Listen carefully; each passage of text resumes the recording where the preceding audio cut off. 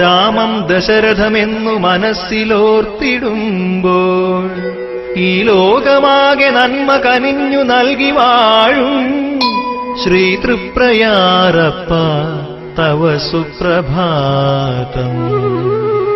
മണിമന്ദിരത്തിലരികത്തു ജാനകി ദേവിയൊപ്പം പാദാന്തികത്തു ഭക്ത ഹനുമത് സ്വാമിയൊത്തും ഭൂവിൽ സദാധർമ്മ പരിപാലകനായി വാഴും ശ്രീ തൃപ്രയാരപ്പ തവ സുപ്രഭാതം.